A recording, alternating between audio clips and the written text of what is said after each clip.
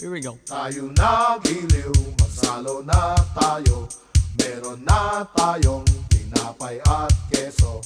Diba Noche Buena sa gabing ito, at bukas ay araw ng Pasko. Pasko, bukas ay darating kaligayahan sa ating bayan, nang di namamalayan, nakaisang taon na pala, kay bilis ng panahon, yeah. Pasko na naman, sinabi ko na nga ba eh.